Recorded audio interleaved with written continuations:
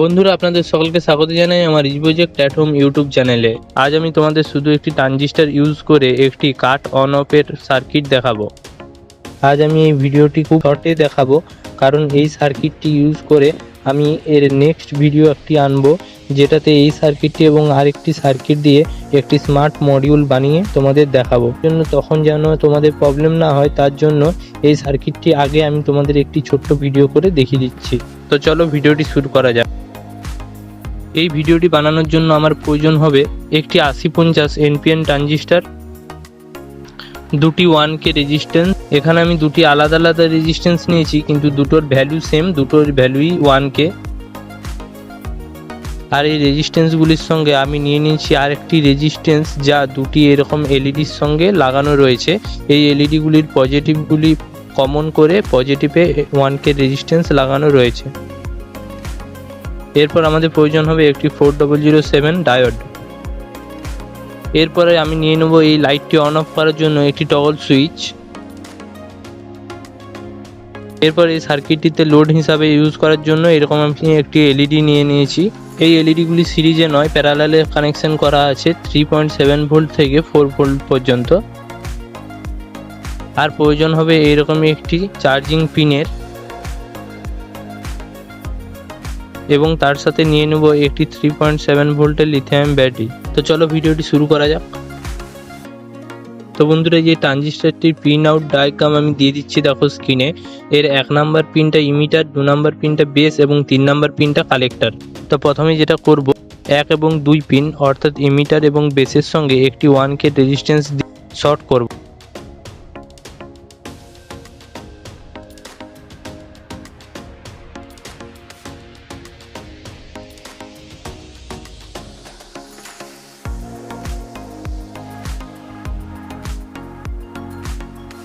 তো এরপর ট্রানজিস্টরের বেস পিনের সঙ্গে আমি আরেকটি 1K রেজিস্ট্যান্স লাগিয়ে নেব।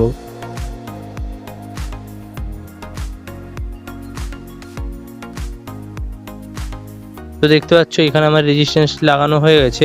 এরপর আমি এই 1K এখানটার থেকেই একটি ডায়োড লাগিয়ে নেব, যার অ্যানোডের দিকটি এই রেজিস্ট্যান্সের দিকে থাকবে এবং ক্যাথোডের দিকটি থাকবে বাইরের দিকে। তো দেখতে পাচ্ছ এখানে আমি রেজিস্ট্যান্স এবং ডায়োডটি লাগিয়ে নিয়েছি। এরপর আমি যে চার্জিং পিনটা নিয়েছিলাম, এর পজিটিভ পিনটি রেজিস্ট্যান্সের সঙ্গে এবং নেগেটিভ পিনটি ডায়োডটির সঙ্গে লাগিয়ে এটি সোল্ডার করে নেব। তো দেখতে পাচ্ছ বন্ধুরা, আমি এখানে চার্জিং পিনটাও সোল্ডার করে নিয়েছি। এরপর আমি এলইডিটা লাগিয়ে নেব।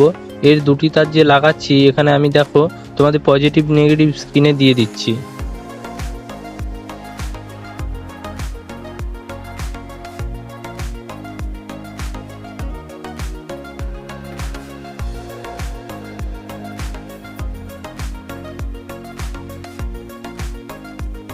এরপর আমি ব্যাটারির দুটি তার লাগাবো।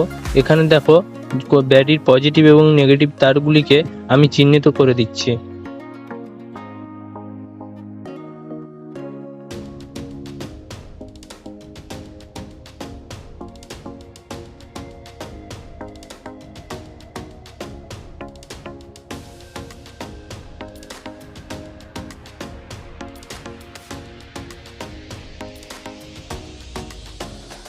বন্ধুরা, আমি এখানে এই এলইডির নেগেটিভ পিনটি ছেড়ে দিয়েছি, কারণ এই নেগেটিভ পিনটির সঙ্গে আমি ট্রানজিস্টরের সঙ্গে লাগালে এটি জ্বলে উঠবে। তো সেই জন্য আমি এখানে একটি টগল সুইচ লাগিয়ে নেব। তো বন্ধুরা, দেখতে পাচ্ছ এই ট্রানজিস্টরের 3 নম্বর পিন অর্থাৎ কালেক্টর পিনটি রয়েছে।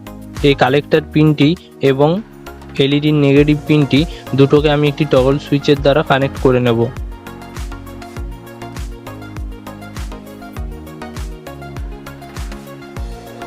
তো দেখতে পাচ্ছ বন্ধুরা, আমি টগল সুইচটা লাগিয়ে দিয়েছি।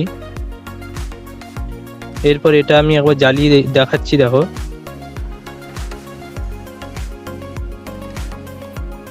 এরপর বন্ধুরা, আমি এর যে এলইডির জন্য আমি ইউজ করছিলাম ইন্ডিকেটরের জন্য একটি রেড এবং একটি গ্রিন এলইডি, এই দুটি এলইডি আমি লাগিয়ে নিচ্ছি। এই যে এই রেজিস্ট্যান্স লাগানো পজিটিভ কমন পিনটি, এটি আমি এই চার্জিং পিনের পজিটিভের সঙ্গে লাগিয়ে দেবো।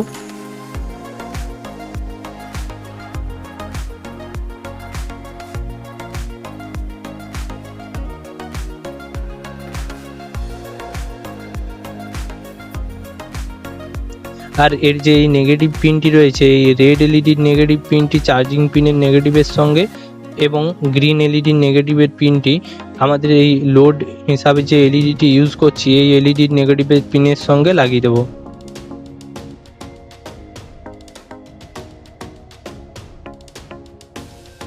তো চলো সার্কিটটি টেস্ট করা যাক।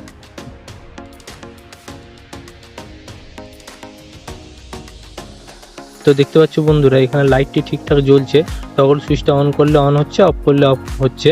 এরপর আমি তোমাদের দেখিয়ে দিচ্ছি, চার্জটি অন করে রেখে টগল সুইচটা অন অফ করলে লাইটটি জ্বলবে না, কিন্তু যেই আমি চার্জটা অফ করে দেবো আর সুইচটা অন রাখবো তখনই লাইটটি জ্বলে উঠবে।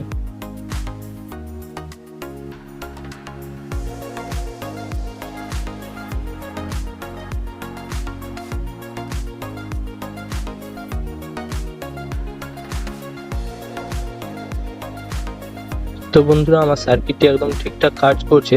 আর এই সার্কিটটি তোমরা খুব ইজিলি, খুব অল্প খরচেই বা বলতে পারো ফ্রি অফ কস্টেই তোমরা এটা বানিয়ে নিতে পারো। তো বন্ধুরা, এইরকমই ইন্টারেস্টিং ভিডিও পেতে চ্যানেলটি সাবস্ক্রাইব করে রাখো। আর ভিডিওটি ভালো লাগলে লাইক করো, কমেন্ট করো, বন্ধুদের সঙ্গে শেয়ার করো ভিডিওটি অবশ্যই। তো বন্ধুরা চলো টাটা, দেখা হচ্ছে পরের ভিডিওতে।